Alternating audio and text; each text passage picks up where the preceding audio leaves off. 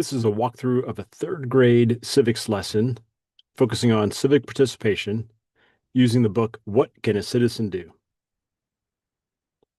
In Maryland, students in third grade learn civics uh, through this one of the concepts of informed action. And the essential question is, how can I contribute to my community? Students will address local community issues by explaining the importance of civic participation in their community. If you were doing this lesson outside of Maryland, you might want to adjust this slide to meet the needs of your state specifically. So then we're going to kick off the lesson with asking the students to think about what the word citizen means. The red highlighted areas, the arrow, and the definition, those won't show up because you're going to have the kids brainstorm a little bit. And then when you click the next slide as you're presenting this, those will pop up. We want students to know that a citizen is a member of a community who has both rights and responsibilities. I think students know what rights are. They all sometimes forget about what those responsibilities are as well. As you're brainstorming this with your students, you can write their responses on the whiteboard, chart paper, just do it orally, but we want to make sure that students know what a citizen is. So then we're going to review specifically those two um, uh, parts of that definition, rights and responsibilities. Again, as you are projecting this, the rights will show up first. So again, we're going to define what rights are, freedoms or things you are allowed to do just because you're a person, and then giving some examples. And then responsibilities would be the next portion of this. As you click next in the slide presentation, and it'll show the definition and then some examples that are relatively related to third grade students. And then we're going to have the students brainstorm a little bit. What kinds of things can citizens do to make their community better? They can brainstorm this. You can, again, chart this, write this on the whiteboard if you wanted to. But really, it's about the students having that brainstorming idea to help prime the pump for what they're going to learn through this lesson.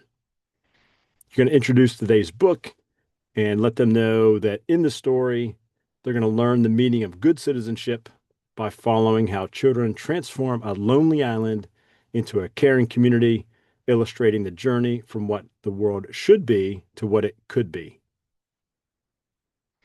You're going to introduce that central question, how can I contribute to my community? Again, this is something that you might want to revise if your state has a different essential question focusing on this civic participation focus. And then have the students, so when you talk about this, you might want to ask then the students ways that they can contribute to their home, their school, or their community at large, maybe their neighborhood. So then you're going to read the book and again, remind the students to listen for ways that the children in the story took action and were good citizens. If you read the story, if you have a hard copy of the book, you can continue to show this slide. But there is a skipped slide that is a read aloud. So if you don't have the book, you can hide the previous slide, make this one available, and then the students can listen to the story through a read aloud video. Then when the story is over, these questions will pop up individually. So the first question it shows when you come to this slide is, what are some examples of the ways in which citizens took action? So reflecting back from the story. And then why do you think it is important for people to work together instead of alone? And then what message do you think the book is trying to teach us about being a citizen? And then we're going to ask the students to review these two concepts, community issues, and then citizen actions. You want to maybe brainstorm both of those. Community issues could be littering, bullying, people feeling lonely.